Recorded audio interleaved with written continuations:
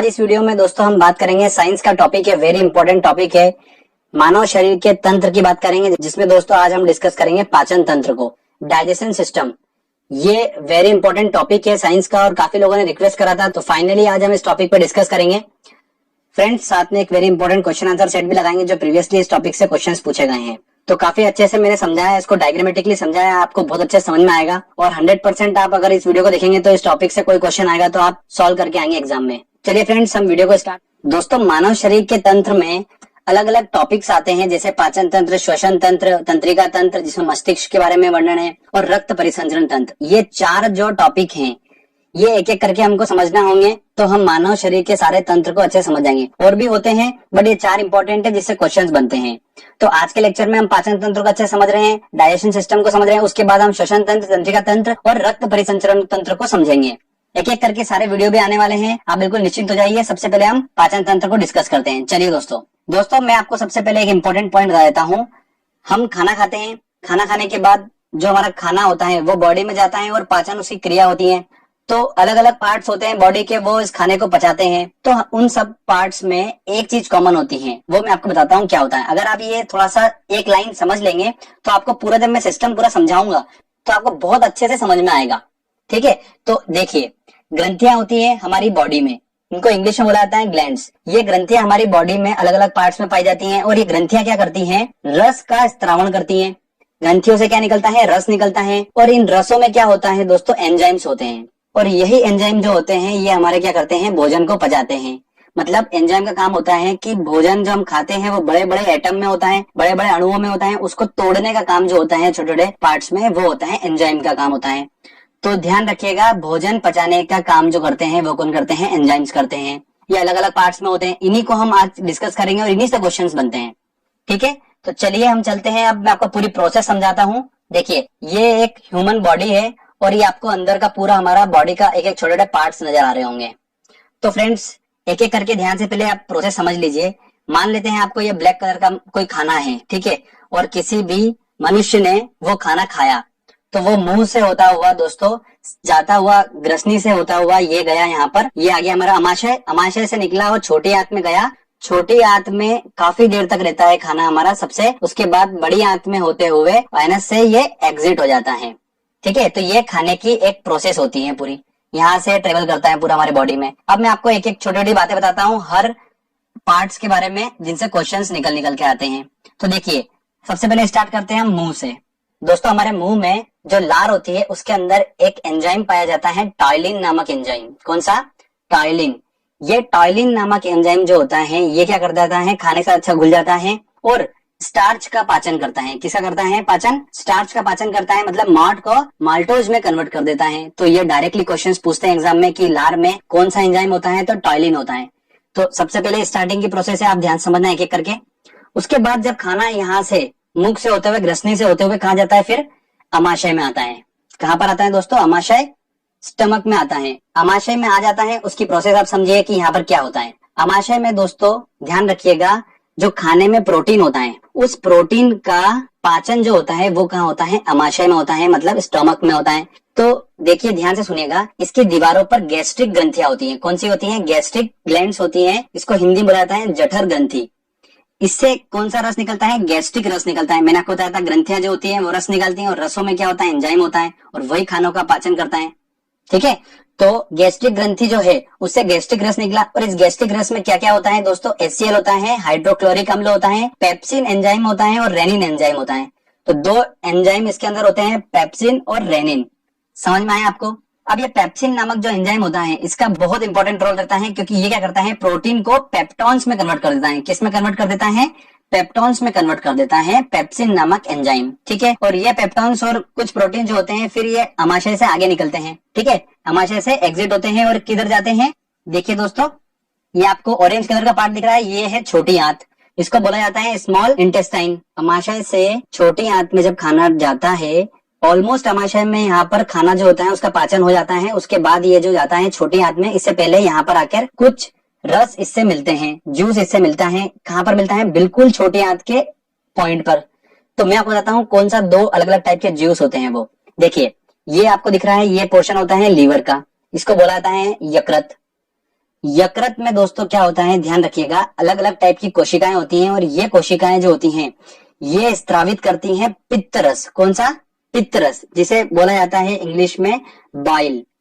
Boil juice स्त्रावित करती हैं। ध्यान रखिएगा, ये बॉइल जूस जो होता है ये पित्ताशय में होता है। कहां पर होता है स्टोर? पित्ताशय एक थैली नुमा संरचना आपको दिख रही होगी यकृत के अंदर, लीवर के अंदर, तो वहां पर स्टोर रहता है। और ये जो पित्तरस है ये जाकर मिलता है कहां पर? जो अमाशय से अपना पेप्टोन्स और प्रोटीन आ रहे हैं, खाना आ रहा है, वहां पर जाकर ये पित्तरस उसके साथ मिल जाता है और फास्ट रिएक्शन करता है खाने के साथ में। अब यकृत के बारे में कुछ इंपॉर्टेंट पॉइंट्स देख लो। सबसे बड़ी ग्रंथि होती है शरीर की, कौन सी होती है? यकृत होती है। ये क्वेश्चन डायरेक्टली एग्जाम में पूछे हैं। उसके बाद ध्यान रखिए, पित्त रस का स्त्रावण कौन करता है? यकृत करता है, मैंने आपको बताया ये। यूरिया का निर्माण करने का काम भी यकृत का होता है और इसका मेन रोल होता है कि ये खाने में जो जीवाणु होते हैं, ठीक है, विषैले पदार्थ होते हैं, उसको खत्म करने का काम कौन करता है? यकृत ही करता है, लीवर ही करता है। ठीक है, आपको ये देखो ब्लू कलर की आपको लाइन दिख रही होगी, एक आ रही है, अगला पार्ट जो हम डिस्कस करने वाले हैं अग्नाशय से, ये ब्लू कलर की लाइन आ रही है, ठीक है, और एक आ रही है यकृत से, और ये कहाँ मिल रही है? अमाशय के बिल्कुल एग्जिट पॉइंट पे, और जो हमारा हम स्मॉल इंटेस्टाइन पढ़ने वाले हैं छोटी आंत के स्टार्टिंग पॉइंट पे मिलती है। तो यहाँ समझ में आ गया आपको, लीवर से जो हमारा जूस आता है वो कौन सा है? पित्त रस है। ठीक है, अब अग्नाशय जिसको बोलते हैं पेनक्रियास, यहाँ से भी एक अग्नाशय रस आता है जो कि कहाँ मिलता है? मैंने आपको बताया है, अमाशय से जो हमारा खाना, पचा हुआ खाना आता है उसके साथ मिलता है। तो अग्नाशय में क्या होता है दोस्तों, ध्यान रखिए, अग्नाशय में बहुत सारी ग्लैंड होती हैं, ठीक है, ग्रंथियां होती हैं, वो अग्नाशय रस को निकालती हैं और अग्नाशय रस स्त्रावित करती हैं। उसके अंदर क्या होता है? ट्रिप्सिन नामक एंजाइम होता है। कौन सा? ट्रिप्सिन, जो कि अमाशय में हमने डिस्कस करा, पेप्टॉन्स बन जाता है प्रोटीन का, और उस पेप्टॉन्स को एमिनो अम्ल में कन्वर्ट करने का काम किसका होता है? इस ट्रिप्सिन नामक एंजाइम का होता है। समझ में आया बात को? तो ये अग्नाशय रस जो होता है और पित्त रस, यकृत से पित्त रस आ रहा है और अग्नाशय से कौन सा रस आ रहा है?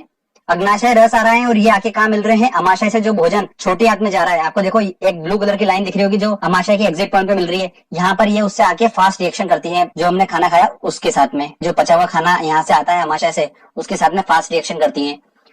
फास्ट रिएक्शन करने के बाद जो खाना जो होता है ऑलमोस्ट पच जाता है खाना यहाँ पर, और एंटर करता है स्मॉल इंटेस्टाइन, मतलब छोटी आंत के अंदर। ठीक है, ये छोटी आंत होती है। और ध्यान रखिए दोस्तों एक इंपॉर्टेंट पॉइंट, कि मुंह से लेकर जो एनस तक की जो हमारी आर नली होती है ये लगभग होती है 10 से 12 मीटर की, इतनी लंबी होती है ये। ध्यान रखिए, सबसे ज्यादा जो भाग होता है इसका वो होता है छोटी आंत में, इस नली का। मतलब खाना जो होता है सबसे लंबे टाइम तक कहाँ रहता है? छोटी आंत में रहता है, स्मॉल इंटेस्टाइन में रहता है। तो ये क्वेश्चंस डायरेक्टली पूछते हैं।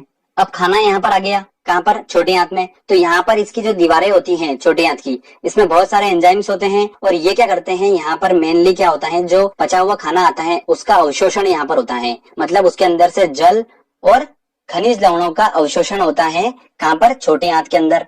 उसके बाद जो होता है, मैंने आपको बताया था, यहाँ से खाना कहाँ जाता है? फिर बड़ी आंत में एंटर करता है, और बड़ी आंत से होता हुआ खाना जो होता है दोस्तों, ये बड़ी आंत में एंटर करता है। बड़ी आंत के बाद ये खाना एनएस से एग्जिट हो जाता है। ठीक है, बचा हुआ जो वेस्टेज होता है वो सारा एनएस से एग्जिट हो जाता है। तो ये एक पूरी प्रोसेस है, आपको समझ में आया होगा अच्छे से। अब क्वेश्चन कैसे बनते हैं, देखिए क्वेश्चन ये बनते हैं कि लार में कौन सा एंजाइम होता है? तो टॉयलिन एंजाइम होता है। बहुत छोटे क्वेश्चन बनते हैं।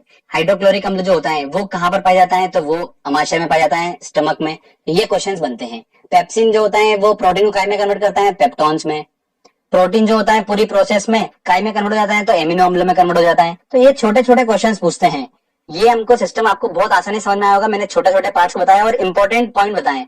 बहुत सारा है पढ़ने को, बट हमको वो पॉइंट पढ़ना है जिससे क्वेश्चंस बनने के चांसेस बहुत ज्यादा होते हैं। ठीक है दोस्तों, तो ये आपको पूरा सिस्टम समझ में आ चुका है। अब दोस्तों एक पॉइंट ध्यान से सुनिए, हमने ये जरूर पढ़ लिया कि सबसे बड़ी ग्रंथि यकृत होती है, तो हमारी बॉडी में सबसे छोटी ग्रंथि कौन सी होती है वो भी हम पढ़ लेते हैं। एक छोटा सा पॉइंट है, तो वो ग्रंथि होती है दोस्तों पिट्यूटरी ग्रंथि जो होती है वो सबसे छोटी होती है और ये मस्तिष्क में स्थित होती है। तो इससे भी क्वेश्चंस बनते हैं। ठीक है, वेरी इंपॉर्टेंट पॉइंट है। दोनों आपको समझ में आ गया, बड़ी ग्रंथि छोटी ग्रंथि, है ना। तो चलिए अब ये आपको प्रोसेस पूरा समझ में आ चुका है।